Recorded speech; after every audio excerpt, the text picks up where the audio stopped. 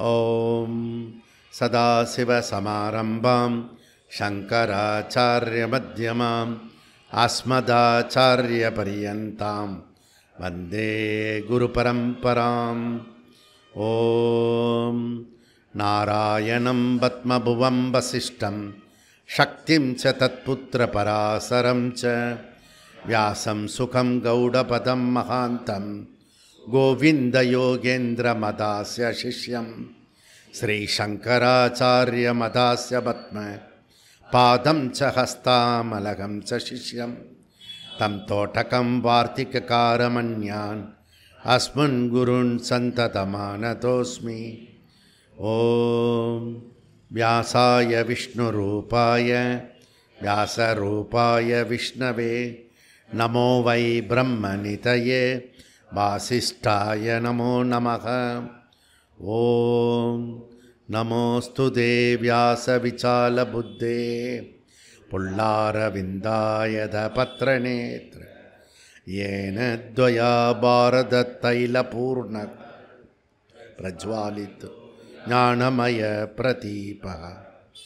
ॐ वसुदेवसुतं देवं कंसचाणूरमर्दनं देवकी परमानन्दं कृष्णं वन्दे जगद्गुरुम्।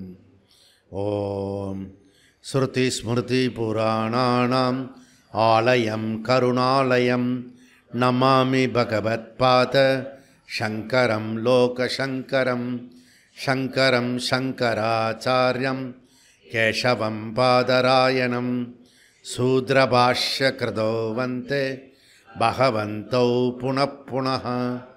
ॐ नमो ब्रह्मादिभ्यो ब्रह्म सम्प्रदाय कर्तृभ्यः वंशऋषिभ्यो महद्भ्यो नमो गुरुभ्यः। सर्वोपप्लवरहितप्रज्ञानगणः प्रत्यहर्तो ब्रह्मैवाहमस्मि। ॐ ईश्वरो गुरुरात्मेति मूर्तिभेदविभागिने व्योमवद्व्याप्तदेहाय दक्षिणामूर्तये नमः। ॐ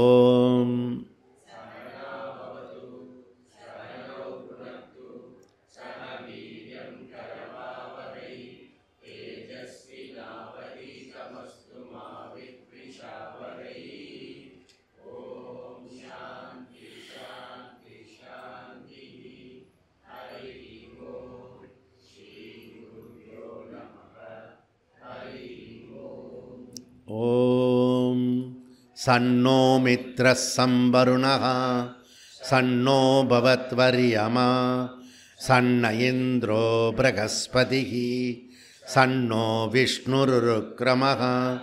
नमो ब्रह्मणे नमस्ते वायो त्वमेव प्रत्यक्षं ब्रह्मासि त्वमेव प्रत्यक्षं ब्रह्म वदिष्यामि हृदं वदिष्यामि सत्यं वदिष्यामि तन्मावतु तद्वक्तारमवतु अवतु माम् अवतु वक्तारम्।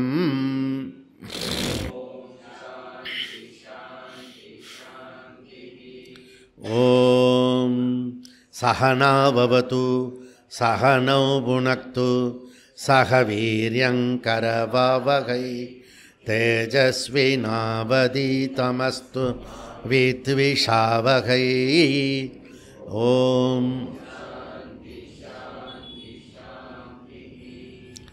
ॐ यत्सन्तशां वृषभो स्वरूपः सन्तोऽप्योदमृतात् सम्भुव समेन्द्रो मेधया स्पृणोत् अमृतस्य देवधारणो भूसं शरीरं मे विचर्षणं जिह्वा मे मधुमत्तमा कर्णाभ्यां भूरिविसृ ब्रह्मण कोशोऽसि मेधया पिहितः श्रुतं मे गोपाय।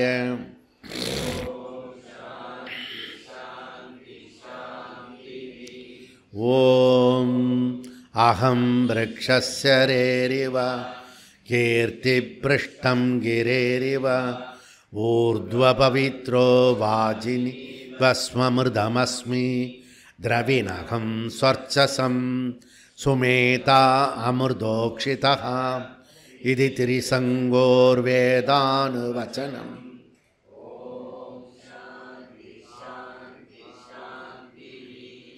ஓம் பூர்ணமத பூர்ணமிதம் பூர்ணாத் பூர்ணமுதச்யதே பூர்ணஸ்ய பூர்ணமாதாய பூர்ணமேவாவசிஷ்யதே.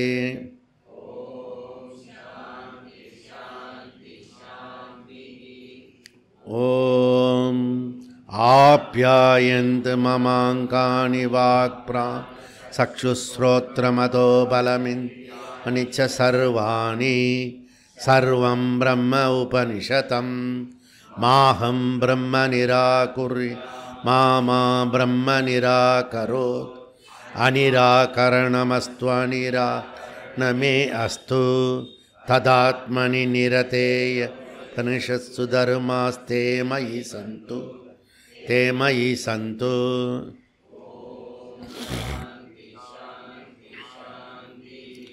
ஓம் வாங்மே மனசி பிரதிஷ்டிதா மனோ மே வாச்சி பிரதிஷ்டிதம் ஆவிராவிர்மயேதி வேதஸ்ய மகானீஸ்தக ஸ்ருதம் மே மா பிரகாசி அனேனாதீதேனாஹோ அத்ரான் சந்ததாமி ருதம் வதிஷ்யாமி சத்யம் வதிஷ்யாமி தன்மாவது தத்வக்தாரமவது அவது மாம் அவது வக்தாரமவது வக்தாரம்.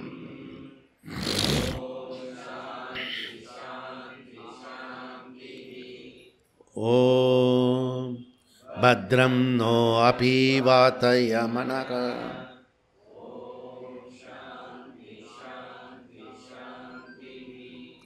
ஓம் பத்ரங் கர்ணேபிः ஸ்ருணுயாம வாஹ பத்ரம் பஷ்யேமாஷபிர்யஜத்ராஹ ஸ்திரைரங்கைः துஷ்டகும்சஸ்தனூபிः விஷேம தேவஹிதயதாயுः ஸ்வஸ்தி ந இந்திரோ விருத்தஸ்ரவா ஸ்வஸ்தி ந பூஷா விஸ்வவேதா Swasti நஸ்தார்க்ஷ்யோ அரிஷ்டநேமிः Swasti no ப்ரஹஸ்பதிர்ததாது.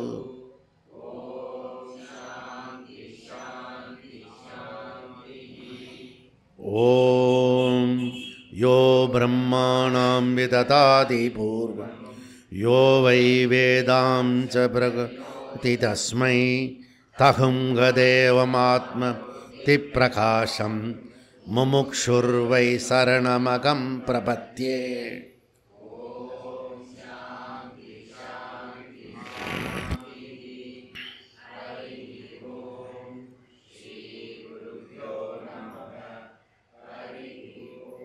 Page number 123. சாம்பராயே தர்த்தவ்யாபவத வாத் ததா ஹேன்யே சந்ததः உபய அவிரோதாத் கதேஹ அர்த்தவத்துவம் உபயதா அந்யதாஹி விரோதः உபபன்னः தல்லக்ஷணார்த்தே உபலப்தேஹ லோகவத் அநியமः சர்வேஷாம் அவிரோதः சப்த அனுமானாப்யாம் யாவததிகாரம் அவஸ்திதிஹி ஆதிகாரிகாரிகாணாம். ஸோ வியாசாச்சாரியர் ரொம்ப அற்புதமாக பிரம்மசூத்திரத்தில் இட்டுண்டு போகிறார். இதில் என்ன பியூட்டி அப்படின்னா, நம்ம வந்து பால் எப்படி வரும் அப்படின்னு நினைச்சுன்னு இருப்போம். கரெக்டாக அது அப்படி போயிடும். அந்த பால் மாதிரி மொத்த பிரம்மசூத்திரமே அப்படி தான் இருக்குது. இப்படிதான் இப்படி டிசைட் பண்ணி அப்படி போகலான்னு பார்த்தா அப்படிலாம் இல்லை. சடனாக வந்து வேறு ஒரு இடத்துக்கு போகிறார் அவர். ஆனால் அதில் சீக்வன்ஸ் இருக்குது, ஒன்றுக்கு ஒன்று சீக்வன்ஸ் இருக்குது. உட்கிராந்தி, கதி, ஆகதி. எப்போ ஆரம்பித்தோமோ அதில் வந்து 2 விஷயம் இருக்குது. சரீரத்துக்குள்ளே ஒரு ஆள் உக்காண்ட்ருக்கான், அவன் வேறு ஆள். புரியுறதான்? அவன் வந்து சரீரத்தை விட்டுட்டு போயிடுவான். போகும்போது எந்த கதியாக வழுவான் போவான். அவன் கர்மியாக இருந்தால் அவன் போகிற கதி வந்து கிருஷ்ணகதி. உபாசகனாக இருந்தால் அவன் போகிற வழி சுக்லகதி. சப்போஸ் இந்த ஜென்மத்திலே ஜீவன் முக்தன் ஆகிட்டானா அவன் போகிற வழி ஆகதி, நோ கதி. இங்கேயே வந்துட்டு விட்டுட்டு போயிடுவான் அப்படின்னு. இது வந்து நமக்கு வந்து 100 கிளாஸாக சொல்லின்னு இருக்கோம். அதுலேருந்து என்ன புரிஞ்சுக்கணுன்னா, சரீரமே உண்டு இல்லை, சரீரத்துக்குள்ளே இருக்கிற ஆள் தான் குறைஞ்சபட்சம் மினிமம் புரிஞ்சுக்கணும். இப்போ அது உள்ளற ஒரு ஆள் ஜீவன் இருக்கு. அந்த ஜீவன் வந்து சரீரம் இருக்கிற வரைக்கும் தான் அந்த ஜீவனை பற்றி பேசுவோம், டிஸ்கஸ் பண்ணுவோம். சரீரத்துலேருந்து போயிடுதுன்னா அந்த ஜீவனை பற்றி டிஸ்கஸ் பண்ண மாட்டோம். ஏன் டிஸ்கஸ் பண்ணினோம்? ஏன் டிஸ்கஸ் பண்ணுறதில்ல?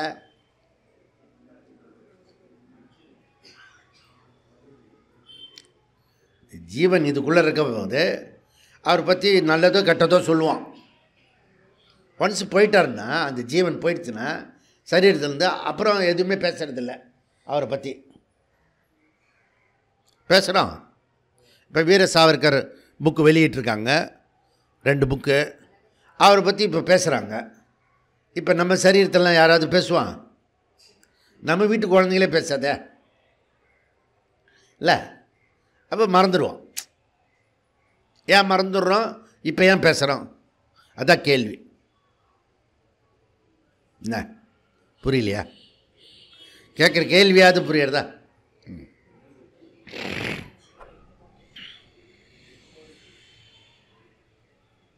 இப்போ இருக்கிற ஃபேமிலி செட்டப்பில் அவங்கள பற்றி நல்லதோ கெட்டதோ சொல்கிறோம் இல்லையா?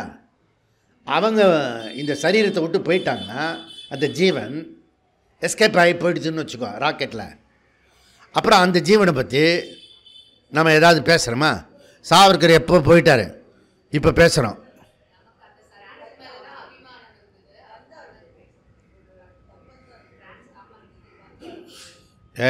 ரொம்ப சிம்பிள்.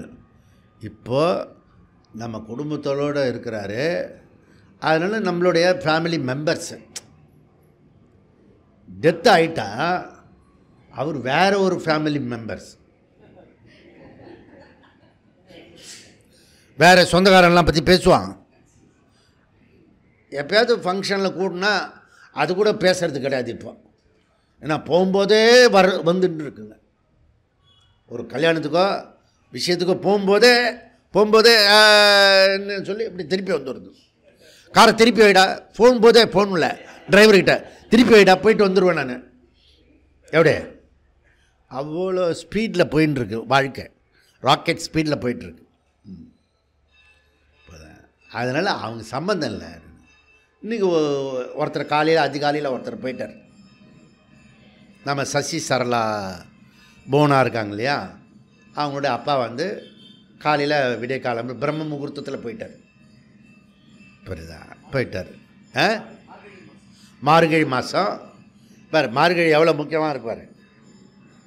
ஒன்று ஒன்றா போயிட்டு வருது. நீ ஏதாவது வேலைகளில் இருந்துன்னா ஹோம்ஒர்க்குன்னா பண்ணிவிடு.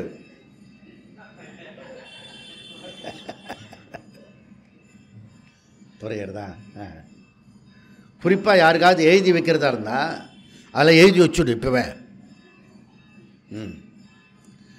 ஆக மொத்தம் வந்து இங்கே நம்ம படிக்கிறது வந்து டெத்து டு பர்த்து.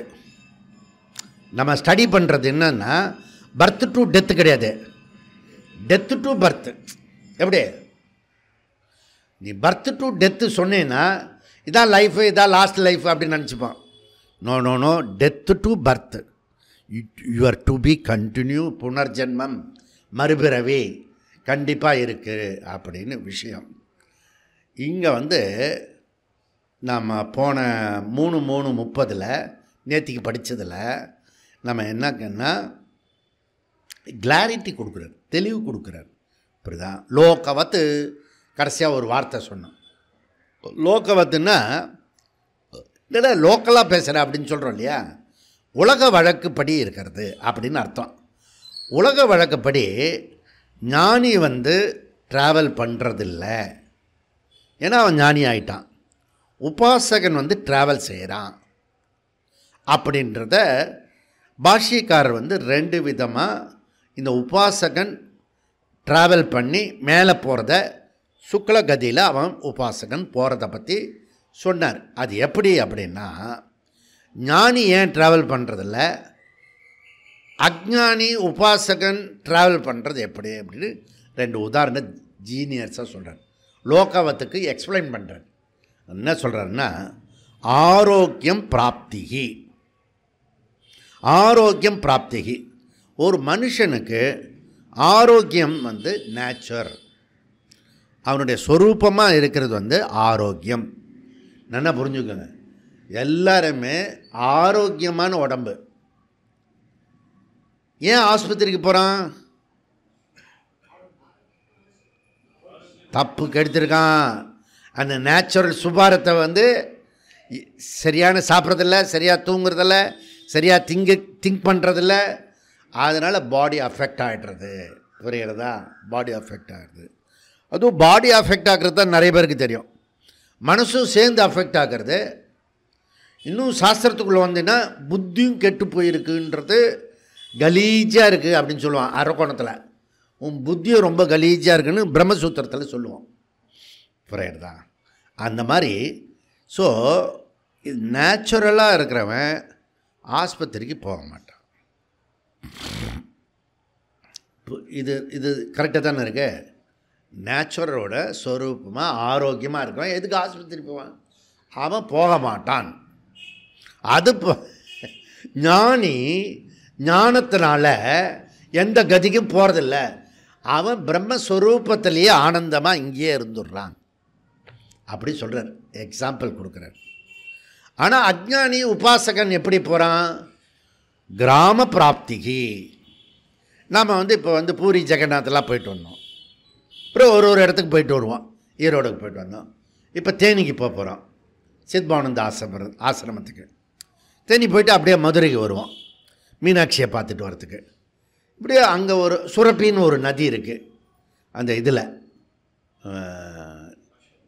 தேனியில். ஓகே, ஆசிரமத்துக்குள்ளே.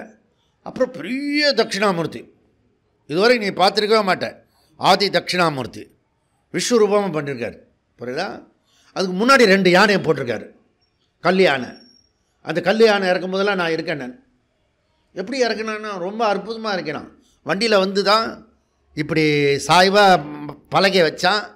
அப்புறம் அது யானை வந்து விழற இடத்துல மணலை கொட்டினான். ஒரு நெம்பு தள்ளினா அது சர்றன்னு வந்து மணலில் போய் விழுந்தது. நான் டெக்னிக்கல் ஜிடி நாயுடு டெக்னிக்கு. சிம்பிளாக கொண்டு போயிட்டான். இப்படி தூக்குறதெல்லாம் கிடையாது. இதுதான் புத்தி. இப்போ நம்ம ஆசிரமத்தில் வந்து ஸ்க்ரீன் மாட்டிருக்கோம். புரியுதா? அது உள்ளர போய் இப்படிலாம் சுருட்டுவோம்ல, அதெல்லாம் இது பிடுங்கும்போது அது தண்ணி பிடுங்கிட்டு வந்துடும். இப்போ லேட்டஸ்ட் டெக்னிக்னா அவன் இப்படி கிளாம்ப் பண்ணி, இப்படி கிளாம்ப் பண்ணல, இப்படி பண்ணிட்டான். அதில் எப்போ ஒன்றுனா சின்ன குழந்தை கூட தூக்கி வைக்கலாம். எளிமையாக இருக்கணும். லைஃப்ன்றதை காம்ப்ளிகேட்டடாக பண்ணிக்கூடாது. எளிமையாக இருக்கிறது கற்றுக்கணும். ஏன்னா கிராமம் இதெல்லாம் என்னென்ன இப்போ நான் அனுபவம் சொல்கிறேன்ல, அதுவே கிராம பிராப்திக்குன்னா என்னென்னா, ஒரு கிராமம்னா ஒரு இடம் விட்டு இடம் போகணும். இப்போ தேனிக்கு போகணுன்னா இங்கேருந்து டிக்கெட் பிடிச்சி ட்ரெயின் ஏறி ஃப்ளைட் ஏறி ஏதோ ஒன்று ஏறி அங்கே போய் இறங்கி அதுக்கு போகணும். ஒரு இடத்துலேருந்து இன்னொரு இடத்துக்கு போகணும். கிராம பிராப்திகி. உபாசகன் ட்ராவல் பண்ணுறது அப்படி. இந்த இடத்துலேருந்து மேலே லோகத்துக்கு போகிறான், அவனு உபாசகன் பண்ணுறான். பிராப்தி சொல்லு வந்து காமன், ஒன்று வந்து சொரூபம், ட்ராவல் கிடையாது. இன்னொன்று வந்து இடத்த விட்டு இடம் பெயர்றது, ட்ராவல் உண்டு அப்படின்னு சொன்னார். ஓகே, இப்போ அடுத்த டாபிக் என்னென்னா, இந்த 31ல் நியமக அநியமக, நியம அநியம, பியூட்டிஃபுல். ஓகே, என்ன சப்ஜெக்ட் மேட்டர்னா, இந்த ட்ராவல் பண்ணுற உபாசகன் எல்லாருமே சுக்லகதி வழியாக போகிறானா, இல்லை இங்கேயே வாங்கிடுறானா, இல்லை வேறு ரூட்டில் போயிடுறானா, புரியுறதான்? அதெல்லாம் வந்து வியாசாச்சாரியார் டீட்டெயிலாக சொல்கிறார். அப்போ சப்ஜெக்ட் மேட்ரு இது தான் டெவலப் பண்ணிகிட்டே போகிறாரு. நமக்கு சின்ன சின்ன குட்டி குட்டி சந்தேகம் இருந்தால் கூட எல்லாத்தையும் நிவர்த்தி பண்ணுறார். இங்கே என்ன சொல்ல, சில உபாசகர்கள் மாத்திரம் சுக்லகதி செல்கிறார்களா அல்லது எல்லாருமே போகிறார்களா, இறந்த பிறகு சரீரம் விட்ட பிறகு என்ன நடக்கிறது அதை பற்றி பேசுகிறோம். இறந்த பிறகு, மரணத்திற்கு பிறகு என்ன நடக்கிறது, இதை வந்து ஆஸ்பத்திரியில் சொல்ல முடியுமா? இருக்கும்போதே சொல்ல மாட்டான், புரியுதா? அவன் எப்படி ஸ்டேட்டஸ்ன்னு பார்த்துட்டு அதுக்கேற்ற மாதிரி சொல்கிறான். டெத்தான பிறகு அவன் எங்கே போகிறான், எப்படி போகிறான்னு சயின்ஸ்னால் சொல்ல முடியாது, மெடிக்கல்னால் சொல்ல முடியாது, அரசியல்வாதினால் சொல்ல முடியாது. ஏன்? பிரத்யக்ஷ பிரமாணம் கிடையாது, புரியுதுதான்? அது ஒரே பிரமாணம், சாஸ்திரம் மாத்திரம்தான் டெத்துக்கு பிறகு என்ன நடக்கிறதுன்றத சொல்கிறதுக்கு முடியும். புரியும்னு நினைக்கிறேன். அதனால் அப்பேற்பட்ட சாஸ்திரத்தை உடைய ஒரு விஷயத்தை சனாதன தர்மத்தில் டெங்கு கொசுன்னு சொன்னான்னா அவனை என்ன சொல்கிறது? யமலோகத்தில் போய் அந்த வெண்ணி தண்ணியில் போட்டு முக்கி அப்புறம் அடிக்கிறது அதெல்லாம் கூடாது, இங்கேயே பண்ணணும். அது இந்த சவுத்தெல்லாம் இதெல்லாம் பண்ணுறாங்களே, சவுக்கடி கொடுக்குறது, அப்படியே பிடிச்சி பண்ணணும். இந்த மாதிரிலாம் அப்படி பண்ணால் தான் இன்னொருத்த பேச மாட்டான், புரியுறதா? அதனால் ஸோ இதில் வந்து இதெல்லாம் வந்து ஏன் டெங்கு கொசு இதெல்லாம் சொல்கிறான்? இதெல்லாம் வந்து இங்கிலீஷ்காரனுடைய அடிமைகள், அடிமை வருடிகள், புரியுறதா? அதனால் நமக்கு முதல்ல வந்து 100 வருஷம் வந்து ஈஸ்ட் இந்தியா கம்பெனி இருந்தது.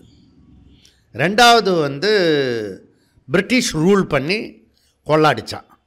மூணாவது அவனுடைய பினாமியெல்லாம் சேர்ந்து ரூல் பண்ணி அவனுக்கு இப்போ நடக்கிறது. இப்போ வந்து 1947 இங்கிலீஷ்காரன் போனால் கூட நமக்கு வந்து அடுத்த 3 இப்போ கும்பமேளா போகிறேன் நான். ஓகே, இன்னும் 2-3 கும்பமேளா கழிச்சு தான் மொத்த இங்கிலீஷ்காரனுடைய காலனி ஆதிக்கம் இருக்க அடிமை புத்தி ஃபுல்லாக ஒழியும், சுத்தமாகும். அது வரைக்கும் இது நிரந்தரம் தான் இருக்கும். இவர்கள்லாம் நிழல் தாதாக்கள், அரசியல்வாதிகள்லாம். ஓகே, எல்லாம் திராவிட பேசுவான். இந்த திராவிடக்கு சொல்லி யார் கற்றுக் கொடுத்தது? பிஷப்பு கால்டுவேல் கற்றுக் கொடுத்தது, புரியுதா? அதுக்காகவே அனுப்பிச்சுருக்கான் ஸ்பெஷலாக. அவனோடு சேர்ந்து ஒரு 100 பிஷப் வந்தானா, பாதிரியார். ஆக ஒரு பெரிய பாதிரியார் கட்டுக்கதையை விட்டு, அதுக்கு நேற்று தான் ராத்திரி 11 மணிக்கு அந்த புக்கெல்லாம் பார்த்தேன். ஒரு 20 புக்கு எழுதியிருக்கான், குழப்பம் பண்ணுறதுக்காகவே, தர்மத்தை கெடுக்கிறதுக்காகவே.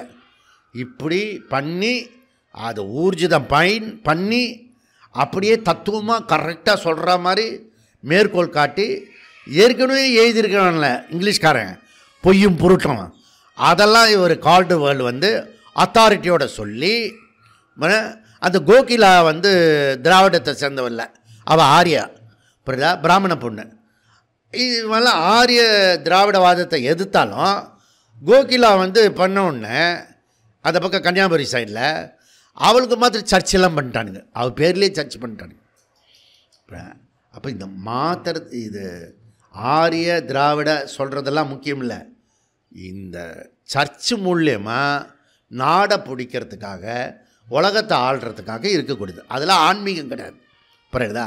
நம்ம வந்து எல்லாமே வெளுத்ததெல்லாம் பால், ஏன் எல்லாமே சாமி தான், ஏசு சாமி தான், ஏசு சாமி டே ஏசரான்னு அதை பாடுறான், நம்மளை ஏசரான்ல அதை கவனி அப்படின்னு கவனிக்க மாட்டான், புரியுதா? இவருக்கு எல்லாமே உண்டு. அப்போது இதுலேருந்து இங்கே என்ன இதெல்லாம் சொல்கிறீங்க நீங்கள்? நம்ம மோட்சத்துக்காக வந்தவங்க, இதெல்லாம் ஏன் பேசுகிறீங்க அப்படின்னு நீங்கள் கேட்குறது நியாயமாக இருக்குது. தேசபக்தி இல்லாதவனுக்கு மோட்சம் கிட்டாது. புரியுதா? தேசபக்தியை தாண்டி போனவனுக்கு தான் மோட்சம். புரியுதா? ஏன் அப்படின்னா இந்த சாதன சதுஷ்டியன்றதுனுடைய புதிய பெயர் தேசபக்தி. சாதன சதுஷ்டியத்தினுடைய புதிய பெயர் தேசபக்தி. இவனுக்கு தேசத்திலேயே பக்தி இல்லைன்னா எப்பவுமே குடும்ப பக்தியோடு இருந்து அப்படியே போய் லாட்டாக போய் மோட்சத்தை அடைஞ்சு டபுள் பர்பஸ் ஆகிடுச்சு. இவர் எதுவுமே பண்ண மாட்டார். அதுவும் ஞானத்திலேயே எதுவும் பண்ண தேவையில்லை. புரியுதா? எல்லாமே சௌரியமாக இருக்குது. புரியுதா? அதனால் நீ இங்கே சேவை செஞ்சு அந்த சேவையில் பணம், பதவி, பட்டம், அந்தஸ்து இதெல்லாம் எதிர்பார்க்காம வேலை பண்ணோம். இன்றைக்கி இருக்கிற நரேந்திர மோடி அவர் அந்த ஆஃபீஸ் பாயாக இருந்தார். டெல்லியில் பெருக்கி தொடச்சி அந்த எல்லாத்தையும் பிரமாதமாக பண்ணுவார். ஓகே, கீழே ஒரு அம்மா கொடுத்தனக்காரங்க என்கிட்ட மேலே ஏறி வந்தாங்க. ஏன் இது அப்போ நான் சாமி இல்லை, நான் பிரச்சாரக்கு, நம்ம வாடகை தான் கொடுக்குறோம், வீட்டெல்லாம் துடைக்கலாம் தேவையில்லை.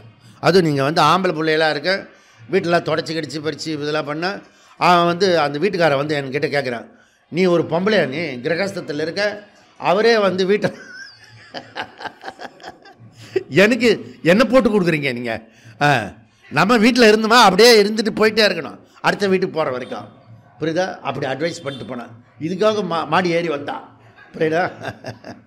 நமக்கு எங்கே இருந்தானே, வீடு சொந்த வீடாக இருந்தானே, இந்த வீடாக இருந்தானே சுத்தமாக இருக்கணும். அதே போல் இவனுக்கும் கூட சொந்த வீடாக இருந்தானே வாடகை வீடாக இருந்தானே குப்பைக்குள்ளே இருப்பான். இந்த குப்பைக்குள்ளே இருந்தால் தான் அவனுக்கு ராத்திரி தூக்கம் வரும் போல இருக்கு. அந்த ஸ்மெல்லோடாக இருக்கணும். இவன் வாங்கினது 50 லட்சம் டஸ்ட்பின், இல்லை 1 crore டஸ்ட்பின், இப்போல்லாம் 2 crores ஆகிடுச்சு டஸ்ட்பின். ஆக மொத்தம் டஸ்ட்பினில் இருக்கான். வெளியில் டஸ்ட்பின் இருக்கோ இல்லையோ, உள்ளார ஒவ்வொரு வீடும் டஸ்ட்பின். நான் இப்போ வரதில்லை யார் வீட்டுக்கும். புரியுதா? நான் அப்படி நோட் பண்ணால் அப்படியே டஸ்ட்பின்லேயே இருக்க மாதிரி இருக்கும். எனக்கு ஒரு ஃபீலிங். புரியுதா? அப்படி இருக்கும். ஆனால் அந்த வீட்டில் சொல்ல மாட்டேன். உள்ளே நுழையும் போது ஒரு வாசனை வரும். அதையாவது இப்போல்லாம் டெக்னிக்கலாக நிறைய இது இருக்குது, இந்த இது ஸ்ப்ரே பண்ணுறது. அதையாவது நான் வரும்போது ஸ்ப்ரே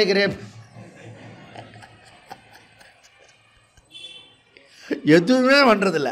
அப்படியே ஒரு ஸ்மெல்லு வரும். அவனுக்கு பழக்கம் ஆகிடுச்சா, நமக்கு புதுசாக போகிறோமா, அதனால் நல்ல ஸ்மெல்லு வரும். ஆனால் இதெல்லாம் சொல்லக்கூடாது. இப்படி சொன்னால் தான் உண்டு, சபையில் சொன்னால் தான் உண்டு. நேராகவே சொல்லலாமன்றியா? இந்த அந்திகரணத்தில் ஞானியை விட்டுட்டு மற்ற உபாசகர்கள் ட்ராவல் பண்ணுறது உண்டா என்பது பற்றி தான் விஷயம். சாஸ்திரத்தில் சில இடத்துல உபாசகன் சுக்லகதி மென்ஷன் பண்ணியிருக்கு. சில இடத்துல வேத மந்திரத்தில் சுக்லகதியை மென்ஷன் பண்ணலை. அதனால் இந்த தகராறு. புரியுதா? இப்போ உதாரணத்துக்கு சாந்தோக்கிய உபநிஷத்து பஞ்சாக்னி வித்யா நாம் PhD பண்ணியிருக்கோம். ஓகே, அது எந்த வழியாக போகிறது? டெத்தானவன் எந்த வழியாக போகிறான்?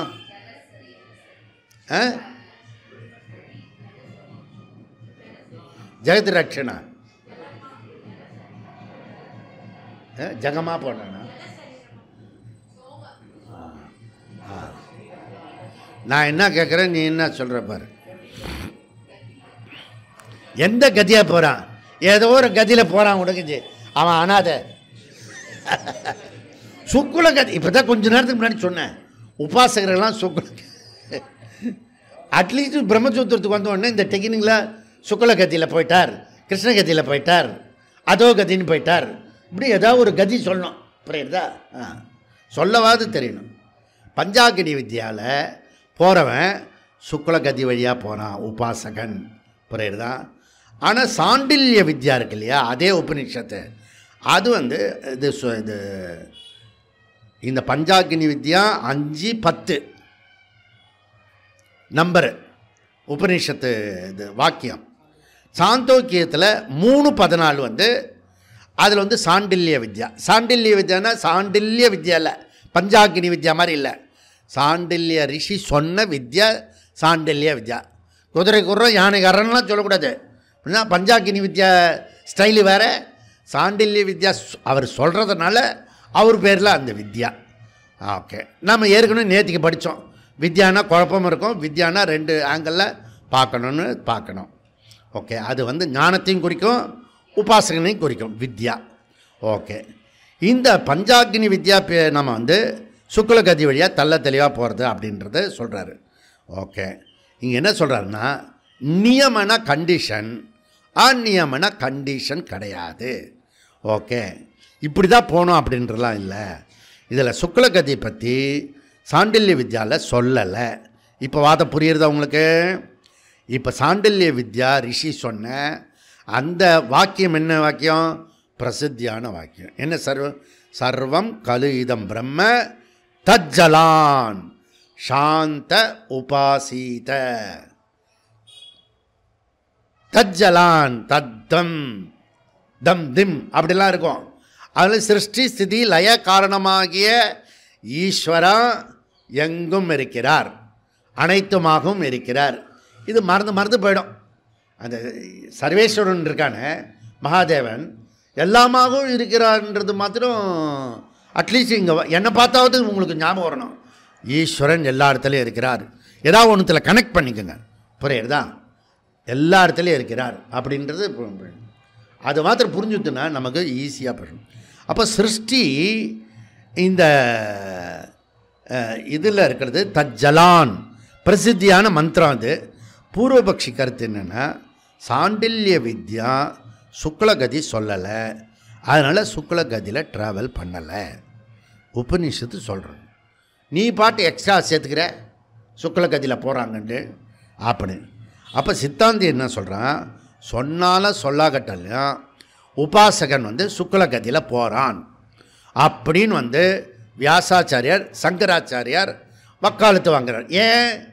நம்ம வந்து யோகசாந்தி ஆரம்பித்து 30 வருஷம் ஆகிறது. நீ 20 நிமிஷம் ஒரு இடத்துல உட்காந்துட்டு வந்தேன்னா நான் கோல்டு காயின் கொடுக்குறேன்னு எவனாவது வாங்கி போவான்?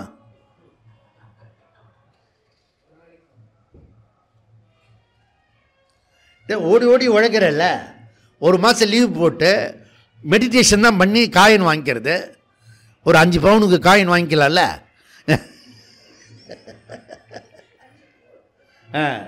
நீ உட்காரணும். 48 நாள் சொல்லிருக்கேன், புரியுதா? 20 நிமிஷம்தான்.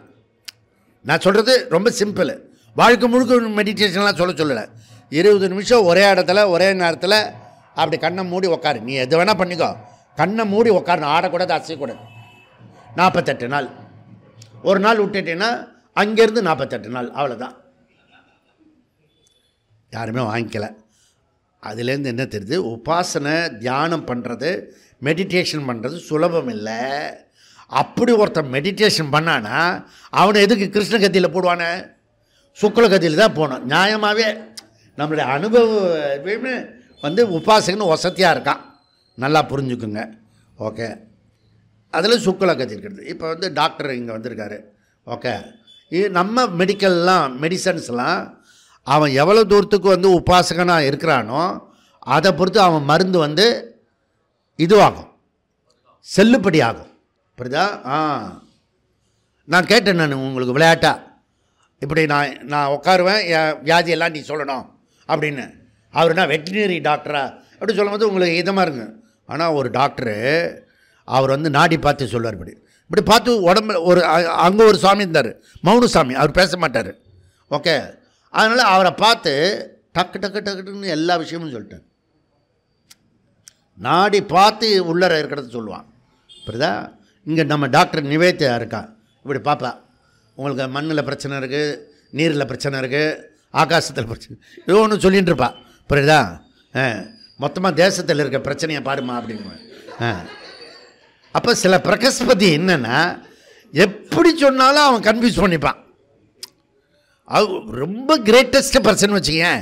நீ வந்து வழக்கமாக சொன்னால் கூட அவன் ஒரு புத்தியில் ஏதாவது கன்ஃபியூஸ் பண்ணிப்பான். அந்த மாதிரி ஆளெல்லாம் இருக்காங்க. அப்போ அதனால் ஸ்ருதி ஸ்மிருதி பிரமாணத்தில் வச்சு பேசணும், எப்பவுமே பிரமாண புத்தியோடு பேசணும். வியாசாச்சாரியார் சூத்திரத்தில் சப்த அனுமானம் அப்படி சொல்கிறாரு. சப்தன்றது ஸ்ருதி பிரமாணம், அனுமானம் என்றது ஸ்மிருதி பிரமாணம். ஓகே, பிருகதாரண்ய உபநிஷத்து 6:2-15 மந்திரத்தில் இதுக்கு உதாரணம் இருக்கிறது. வேதத்தை பிரமாணத்தில் உதாரணம் இருக்குது. என்ன உதாரணம் இருக்குது? எல்லா உபாசகர்களுமே சுக்லகதி வழியாக தான் போகிறார்கள். தேயே ஏவ மேதத் விதுகு ஏ சாமி அரண்யகா ஸ்ரத்தாம் சத்தியம் உபாசத்தையே அர்ச்சி அபிசம்பவந்தி அப்படின்னு தெளிவாக சொல்கிறாங்க. இதில் பியூட்டிஃபுல்லாக நிறைய சொல்கிறது. யார் உபாசகனாக இருக்க முடியும் அதையும் சொல்கிறது இந்த மந்திரம். அரண்யனா வானப்பிரஸ்தத்தில் வந்தவன் உபாசகனாக இருக்கணும். கிரகஸ்தனுக்கு பிரதானமாக கர்மா இருக்கணும். சன்னியாசிக்கு பிரதானமாக ஞானத்தில் இருக்கணும். இது சிம்பிள் விஷயம், புரியுதா? நிறைய ஞானிகளுக்கு கிளாஸு கேட்குறது கூட நேரம் இல்லை. மாட்டு சாமி, தவிட்டு சாமி, இது நிறைய சாமி இருக்குது எனக்கு தெரிஞ்சு. உங்களுக்கு ஏன் கிளாஸ் கேட்குறீங்களா, ஏதாவது போட்டு கேட்குறீங்களான்னு திருவாசகம் கொஞ்சம் கேட்பேன் அப்படின்னு. சரி பரவாயில்ல விடு. இது வரைக்கும் ஏதாவது இந்த ட்ரெஸ்ஸு போட்டதுக்கு இதையாவது கேட்குறியா, அதுவே சந்தோஷம் அப்படின்னு. அவன் பொழுதுனைக்கும் ஆன்மீகத்திலேயே இருக்கணும் டோட்டலாக, வேறு எதுக்கும் சன்னியாசி எடுத்துக்கூடாது, புரியுதா? நிறைய பேர் என்ன நினைக்கிறான், அவன் முடிவு பண்ணுறான் கிரகஸ்தன். நீங்கள் சன்னியாசிலாம் சும்மா மடத்திலேயே உட்காந்துருக்கிறதுனால தான் நாடு சீரழிஞ்சு போகிறதாடா. நீ கிரகஸ்தம் பண்ண வேண்டிய விஷயம் சன்னியாசி தரன்னு இழுத்துட்டு போகிறானா. அப்படி ஒரு பாலிசி. அவரோட ஆசீர்வாதம் இருந்தால் பரவாயில்ல, புரியுதா? அப்புறம் இந்த மாதிரி கிளாஸுக்கு வரலைன்னா அந்த சன்னியாசியெல்லாம் கூட்டிகிட்டு போவோம், சும்மா அப்படி உட்காந்தே சாப்பிட்டுட்டு. ஆக இந்த பிரகதாரண்யத்தில் வேதத்தில் பிரமாணத்தில் என்ன சொல்கிறதுனா விதுகு, புரியுதா? ஏவம் ஏதத் விதுகு. எல்லாருமே இந்த உபாசகர்கள் எல்லாருமே சுக்லகதிகள் வழியாக தான் போகிறார்கள். தேஷு பிரம்மலோகேஷு பராவத வசந்தி தேசாம் ந புனராவிருத்தி. அவர் அங்கே போன உடனே பிரம்மலோகத்துக்கு போகிறவங்க திரும்பி வர்றதில்லை அப்படின்னு. தேசாம் புனராவிருத்தி. பஞ்சாக்னி வித்யா பிருகதாரண்யத்தில் சொல்கிறது 6:2-15 தேயே ஏதத் விதுகு ஏச்சா அமி அரண்யே ஸ்ரத்தாம் சத்தியம் உபாசத. அப்போது சகுண, இது யார்? சகுண பிரம்ம உபாசகன். சகுண பிரம்ம உபாசகன் சொல்லணும், நிர்குண பிரம்ம ஞானின்னு சொல்லணும். நிர்குண பிரம்ம உபாசகன் சொல்லிவிடக்கூடாது. இப்போதா நமக்கு தெரிஞ்சதெல்லாம் சொல்லிகிட்டே இருக்கக்கூடாது.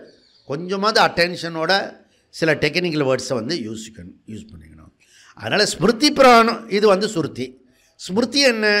ஸ்மிருதி பிரமாணம் பகவத்கீதா 8:24 பகவான் கிருஷ்ணர் சொல்கிறாரு, அக்னிர் ஜோதிராக சுக்லகா ஷண்மாச உத்தராயணம் தத்ர பிரயதா கச்சந்தி பிரம்மவிதோ ஜனஹா.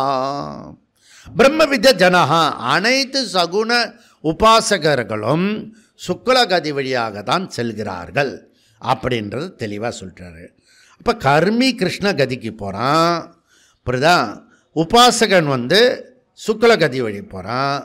இந்த ஞானி எங்கே போகிறான் அப்படின்னா ஆகதி, அவனுக்கு ஒரு கதியும் கிடையாது.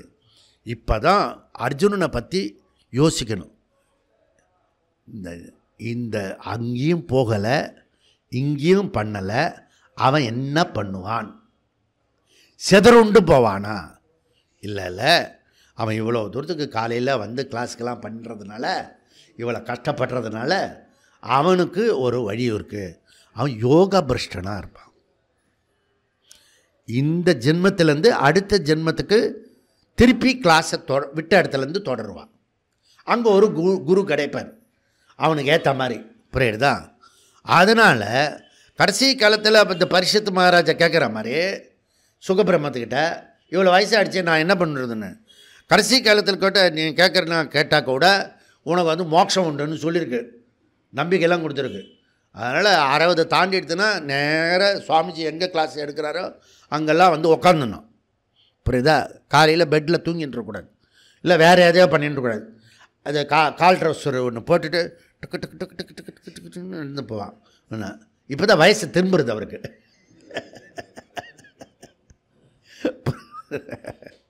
கிளாஸுக்கு வாடா, வேற எங்கேயோ போயின்னு இருக்கான். புரியுறதா? இல்லை இப்போ 5 மணிக்கு நடந்து இங்கே வாய நடந்து, புரியுதா? புண்ணியமாக டபுள் பர்பஸ் ஆகிடும். புரியுறதா? அதனால் அந்நியமாக சர்வாசாம் அவிரோதா சப்த அனுமானாபியாம். அந்நியமாக, நியமனா விதி கட்டுப்பாடு, இப்படிலாம் ரூல்ஸ்லாம் சொல்கிறது. அந்நியமகனா அப்படிலாம் கட்டுப்பாடுலாம் கிடையாது, பொதுவானது, எல்லாருக்கும் பொதுவானது. அப்படின்னா என்ன? எல்லாருக்கும் பொதுவானதுன்னா என்ன? கர்மிகளாம் இல்லை, உபாசகர்களுக்கு மாத்திரம் சுக்லகதி பொதுவானது. அப்படி வியாசாச்சாரியா சொல்கிறார். சர்வேசாம் சர்வாசாம் அப்படின்னா சர்வாசாம் உபாசானானாம் வித்யானானாம் சுக்லகதி சமான பலம் இருக்கிறது. அவிரோதா, விரோதம்னா முரண்பாடு, கான்ட்ரடிக்ஷன். அவிரோதனா கான்ட்ரடிக்ஷன் கிடையாது. ஏன் கிடையாது? நான் சொல்லலை அப்படின்றார். யார்? வியாசர். அவரும் பிரமாணத்தை சொல்றார். சப்த அனுமானாபியாம் சக விரோதா அவிரோதா. இதில் முரண்பாடு, கான்ட்ரடிக்ஷன் கிடையாது, சப்தத்தை இருக்கிறது. அடுத்து 19வது அதிகரணம். யாவத்து அதிகார அதிகரணம் 3:32. யாவத்து அதிகாரம் அவஸ்திதி ஆதிகாரினாம். இந்த ஆதிகாரினாம் ரொம்ப இம்பார்ட்டண்ட்டு வேர்டு. அதை நாளைக்கு விளக்க போகிறோம் நம்ம. ஆதிகாரினாம் யார் அப்படின்னு. ஓகே, அப்போது போன 31 தொடர்ச்சி நாலேஜ், ஞானம் ஞானத்தினால இருக்கிறவன் இது கிடையாது, அவனுக்கு அகதி. அப்படி படித்தோம். ஓகே, அப்போ சப்த பிரமாணம்ன்றது சொன்னாலே அது எதை குறிக்கிறது? வேதத்தை குறிக்கிறது. ஸ்மிருதினா என்ன? அந்த வேதத்தை தொடர்ச்சியாக அதையே சொல்கிறதுக்கு பேர் ஸ்மிருதி. ஸ்ருதி ஸ்மிருதி. புரியுதா? அதனால் சப்த பிரமாணம் சொன்னாலே வேதத்தை குறிக்கிறது. அது வியாசாச்சாரியார் இங்கே உபாசகனுக்கு சுக்குலகதி சொல்கிறார். இப்போ வேதம்ன்றது ஒவ்வொரு இடத்துலையும் பிரமாணத்தை வியாசர் எம்பசைஸ் பண்ணிட்டு வரார். நன்னா புரிஞ்சுக்கணும். அப்போது நாலேஜ், ஞானம் எல்லாம் எதை சார்ந்தது? வேதத்தை சார்ந்தது. எனி நாலேஜ் சப்த அப்படி சொல்கிறோம். சப்தனா A+B² கொடுத்தா சப்த. அது நம்ம சொல்கிற ஞானம் கிடையாது. புரியுதா? அப்போ வேதத்தை பற்றி கொஞ்சம் தெரிஞ்சுக்கங்க. வேதத்தை சேர்ந்தது. வேதம் எங்கேருந்து வந்தது? ஓகே, அப்போது நீங்கள் என்ன பண்ணணுன்னா, any physics knowledge, physics book இருக்குல்ல, ஃபிசிக்ஸ் புக்கு நாலேஜ் கிடையாது, ஞானம் கிடையாது. புக்கு ஞானம் கிடையாது. நியூட்டனோ ஐன்ஸ்டீனோ சொன்ன விஷயத்தை ஃபிசிக்கில் வர்றது தான் அது. அப்போ எப்படி சொல்லலாம்? ஒன்று கேரியர் த நாலேஜ், கேரி பண்ணி கொண்டு வர்றது. அப்படிதான். இன்னொன்று என்ன? Produce the knowledge. இந்த ஃபிசிக்ஸ் எல்லாம் உள்ளர இருக்கிற சப்ஜெக்ட் மேட்டரை அந்த சயின்டிஸ்ட் ப்ரொடியூஸ் பண்ணினது, அவன் ஐடியாவில் சிந்தனையில் உண்டாக்குனது தான் வேதம். Produce knowledge. ஓகே, நம்ம ஃபிசிக்ஸ் புக்கு படிக்கிறோம் இல்லையா, அது என்னது? Carrier knowledge. இப்போ 2 டைப் இருக்குது. Produce knowledge, carrier knowledge. Okay, அப்போது வேதம் எப்படிப்பட்டது? ஒன்லி வேதம் மாத்திரம்தான் நாலேஜ். நீ சொல்கிற ஃபிசிக்ஸோ ஹிஸ்ட்ரியோ கெமிஸ்ட்ரியோ அதெல்லாம் நாலேஜ் கிடையாது. புரியுதா? அனைத்தும் என்ன நாலேஜு? அது ப்ரொடியூஸ் பண்ணுற நாலேஜ் இல்லை. நாம் படிக்கிற புஸ்தகம்லாம் கேரியர் நாலேஜ். இது ஃபஸ்ட்டு பண்ணணும். அப்போது உண்மையிலேயே ப்ரொடியூஸ் பண்ணுற நாலேஜ் எது? வேதம். வேதத்திலிருந்து தான் எல்லா நாலேஜும் நமக்கு கிடைக்கிறது. இப்போது பிரம்மசூத்திரத்தில் நமக்கு கொடுக்குது. இப்போ சப்த பிரமாணம் சொன்னாலே அது வேதத்தை தான் குறிக்கிறது அப்படின்னு புரிஞ்சுக்கணும். இப்போ வேதம் இருக்கு இல்லையா, இந்த வேதம் வந்து சப்தத்தை குறிக்கிறது, சப்தம் வந்து வேதத்தை குறிக்கிறது. அந்த வேதம் வந்து கேரியர் நாலேஜா அல்லது ப்ரொடியூஸ் நாலேஜா அப்படின்னு பார்த்தா அது வந்து தானாகவே வந்துடுத்தா வேதம் இல்லை. இது வந்து பகவான் கொடுத்தது. அந்த நாலேஜ், வேதம் கொடுத்த நாலேஜ் யார்? ஈஸ்வராவோட சுவாசந்தான் இந்த வேதம் அப்படின்னு நம்ம படிச்சிருக்கோம். இதே பிரம்மசூத்திரத்தில் முதல் 4 சூத்திரத்தில் விவரமாக பேசியிருக்கோம். அப்போது இது எல்லா டசட்டும் கூட, எல்லா விஷயமும் ஈஸ்வரன்கிட்ட தான் வரும். பொங்கல் உட்பட எங்கேருந்து வரும்? ஈஸ்வரன்கிட்டேருந்து தான் வரும், பகவான்கிட்டேருந்து தான் வரும். புரியுதா? அதுபோல் வேதம் உட்பட எல்லாமே பகவான்கிட்டேருந்து தான் வரும். அது நல்லா புரிஞ்சுக்கணும். இது புரிஞ்சதான் உங்களுக்கு கரெக்டாக இருக்கும். அப்போ ஈஸ்வரன்கிட்ட இருந்து தோன்றினது. ஓகே, சரி. அப்போ ஈஸ்வரனுக்கு அடுத்த கேள்வி வரும்ல, நமக்கு நீளமாக கேட்டுகிட்டே போகல. ஈஸ்வரனுக்கு யார் அந்த நாலேஜை கொடுத்தது? எப்படியா? கேரியர் நாலேஜ் தானே. So not produce knowledge, Veda. இப்போ ஈஸ்வரனுக்கு யார் கொடுத்தா? ஈஸ்வரனே நாலேஜ் ஸ்வரூபம். அவன் வந்து சர்வஜ்ஞா, அவனுடைய நேச்சுரே ஞானம். புரியுதா? அதனால் அவன் வந்து புதுசாக அடைய தேவையில்லை. இப்போ ஈஸ்வரனுக்கு இந்த ஞானம் நேச்சுரலாக இருக்கிறது, ஸ்வரூபமாக இருக்கிறது. ஆனால் A+B² சப்தம் இருக்குது. ஆனால் அது யார் பண்ணினா? அது வந்து யாரோ ஒருத்தர் பண்ணி சொல்லி கொடுத்துருக்காரு. அவருக்கும் வர்றதெல்லாம் நாலேஜ் எங்கே இருக்குது? சப்தத்துலேருந்து, வேதத்துலேருந்து தான் ப்ரொடியூஸ் ஆகிருக்கு. இது நம்மளாவது ஒத்துக்கணும். எல்லாமே வைதிக சப்தத்திலேருந்து தான் வருது அப்படின்றது. அதனால தான் அவர் வந்து குருதேவ யுதிஷ்டிரால்ஜியை வந்து சதானி தர்பாரை அவரை அனுப்பிச்சி வாகா பார்டர் தாண்டி அந்த பக்கம் அனுப்பிச்சுட்டேன், பாகிஸ்தானுக்கு. போயிட்டு வாயா, இது வேதத்தை போய் கும்பிட்டுட்டு வா அப்படின்னு. புரியுதா? வியாசரை வேற கொடுத்தம்சம் எடுத்துகிட்டு போனாரா தெரியல அவசரத்தில். கொஞ்சம் டவுட்டாக தான் இருக்குது. புரியுதா? இப்போ ஏன்னா நான் சீதாலக்ஷ்மியை எடுத்துகிட்டு போகும்போதே மெட்டல்னு சொன்னான். மெட்டல் சொல்லக்கூடாது, பாகிஸ்தான்கார்கிட்ட நம்மளை அனுமதிக்க கஷ்டம். மெட்டல் சொல்லலை, இது சுவாமி வர்ஷிப். நான் சும்மா இப்படிலாம் சொன்னோன்னே சரி நீங்கள் கிளம்புங்க அப்படின்ட்டான். அப்படியே எடுத்துகிட்டு இந்த பக்கம் தூரம் வந்துட்டான். அதுக்கப்புறம் ஏதாவது கேட்டானா இங்கே நிறுத்திடுவான். நம்ம இந்த கான்ட்ரடிக்டாக இருக்கிற இடத்துல வந்து கம்முன்னு இருந்தோம்னா அப்படி விளக்கம்லாம் சொல்லிட்டு இருக்கக்கூடாது. பாஸ் கொடுத்துட்டோன்னா அப்படியே நகர்ந்து தூரக்க போயிடணும். இதெல்லாம் ஒரு தனுசாக நடந்துக்கணும். வேதம் தவிர அனைத்து வாக்கியங்களும் அனுவாதம். வேதத்தை தவிர மற்ற வாக்கியம்லாம் என்னது? அனுவாதம். அனுவாதம் வைக்கணும். ஓகே, இது வந்து சைடு டாப்பிக்கு. ஏன்னா ஆனால் இது தெரிஞ்சிக்கணும். சுக்குலகதி எங்கே வருது? சப்தன்னு சொன்னார். அந்த சப்தன்றது வேதம். வேதத்தில் சொல்லியிருக்கிறது சுக்குலகதிக்கு எல்லா உபாசகர்களும் போவாங்க அப்படின்னு. இது வந்து எக்ஸ்ட்ரா ஒரு பாயிண்ட்டு. இப்போ நாலேஜ் வர்றதுனால வந்து ப்ரொடியூஸ் நாலேஜ் எது? நமக்கு வந்து ஒரிஜினல் கேரியர் நாலேஜோட நம்ம ஸ்கூலுக்கு ப்ரீகேஜிலேருந்து பிஹெச்டி வரைக்கும் போகிறோமே, அதெல்லாம் என்னது? அந்த கேரியர் நாலேஜிலேருந்து தான் உங்கள் கேரியரே ஸ்பாயில் ஆகிடும் அப்படின்னு சொல்கிறேன் நான். கரெக்டாக தான் சொல்லிருக்கான். புரியுதா? நான் என்ன பண்ணேன்? என் கேரியர் ஸ்பாயில் ஆகாது. ஏன்னா எனக்கு சப்த நாலேஜ் இருக்குது, வேதம் இருக்குது. புரியுறதா? அது தெரியாமல் சொல்லிட்டான். புரியுதா? இதெல்லாம் புரிஞ்சுக்கணும் நம்ம. நீ உன் நாலேஜ் எப்படிப்பட்டது? ஃபிசிக்ஸ் எப்படி, மெடிக்கல் சயின்ஸ் எப்படி, ஹிஸ்ட்ரி எப்படி, கெமிஸ்ட்ரி எப்படி, வசத்தியாக பேசிக்காது. இங்கேயாவது என்னை பேச விடுங்க.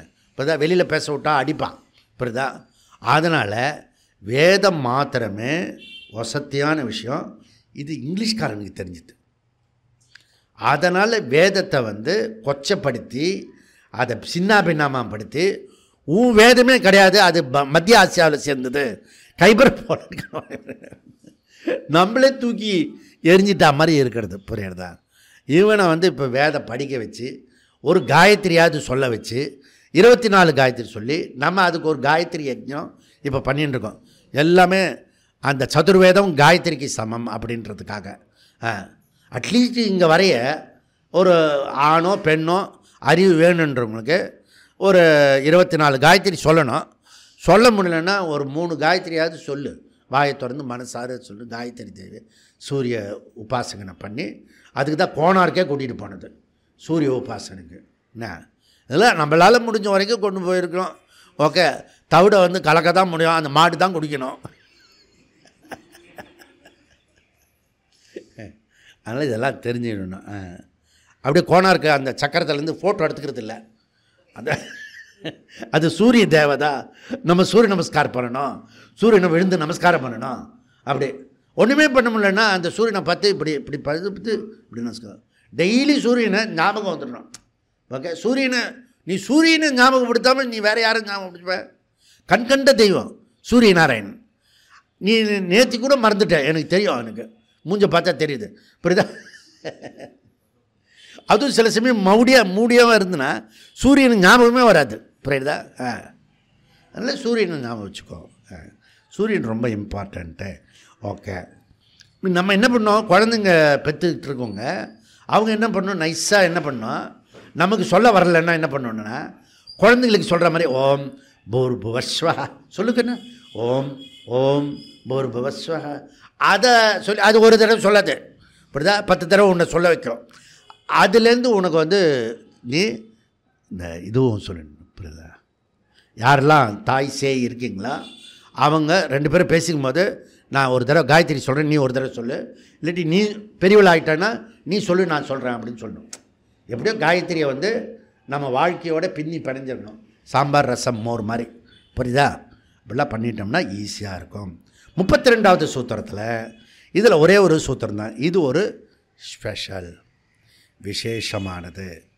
சண்டே ஸ்பெஷல் அப்படிலாம் போடுவாங்கல்ல, அந்த மாதிரி இந்த சூத்திரத்தில் இருக்கிற ஸ்பெஷல் யாவத்து அதிகரணம். இதில் கிருஷ்ணகதி உபாசகன் போகிறது வந்து சுக்லகதி, கர்மி போகிறது கிருஷ்ணகதி, ஞானி போகிறது வந்து அகதி, அவனுக்கு கதி கிடையாது அப்படின்னு அடித்து தலையில் சத்தியம் பண்ணினோம் இல்லையா? அப்போது அவனுக்கு எந்த கதியும் ஏன் இல்லை, அவனுக்கு சஞ்சித கர்மா கிடையாது, ஆகாமி கர்மா அவாய்ட் பண்ணிட்டான், பிராரப்த கர்மாவை அவன் என்ஜாய் பண்ணி அதையும் தீர்த்துட்டான். கர்மாலாம் கம்ப்ளீட்டாக டிஸப்பேர் ஆனதுனால அவனுடைய சூக்ஷ்ம சரீரமும் இந்த காரண சரீரமும் சமஷ்டியோட போய் பிரபஞ்சத்தோட போயிடும். அதனால் அவனுக்கு டேக் ஆஃப் ஆகிறதுக்கு கர்மா ஃபியூல் கிடையாது, அதனால் எந்த கதியிலையும் போக முடியாதுன்னு தலையில் அடித்து இது வரைக்கும் பேசிட்டு வந்தோம். இந்த சூத்திரம் என்ன சொல்கிறது, அந்த ஞானி கூட ட்ராவல் உண்டு.